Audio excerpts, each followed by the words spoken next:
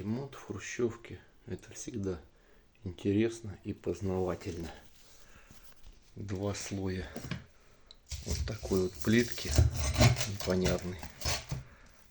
Нужно сверху еще ДСПшка. Зачем это делать? Надо было. Наверное, колотили из того, что было.